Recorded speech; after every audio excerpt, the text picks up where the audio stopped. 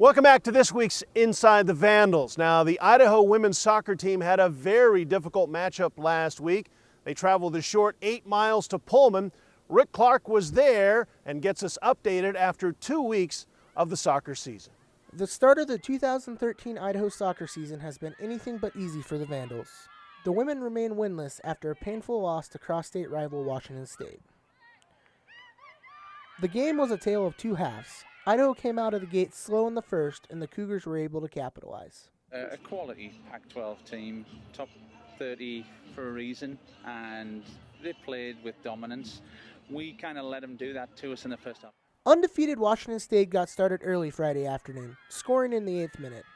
The two teams kept a back-and-forth pace until the 24th minute.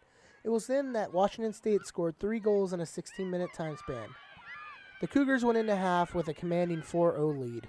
This Vandal team played 7 freshmen on the day, with 5 of those players getting the starting nod. The Cougars played a very physical game against this young squad. Idaho came out a different team after halftime, allowing only 1 other goal, but couldn't mount enough offensive pressure against the stingy WSU defense. The Lady Vandals lost 5-0. Second half was 100 times more better. And I felt like we were really able to move the ball, play better, and compete with WSU in the second half. Idaho plays 2 games on the road before they return home for Eastern Washington September 13th. For Inside the Vandals, I'm Rick Clark. All right, thanks, Rick. And Rick will be following soccer for us all year long. Time now for the University of Idaho Campus Connection.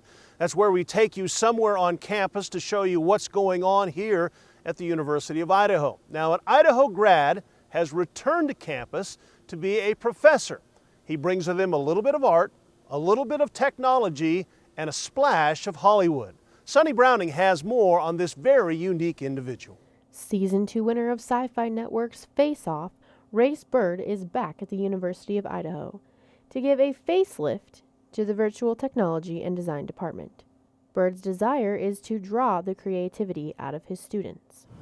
Everybody I've ever met has a lot of creativity and a lot of inspiration and a lot of imagination, and something happens.